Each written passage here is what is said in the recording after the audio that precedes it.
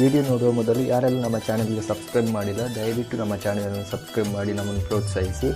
ಧನ್ಯವಾದಗಳು.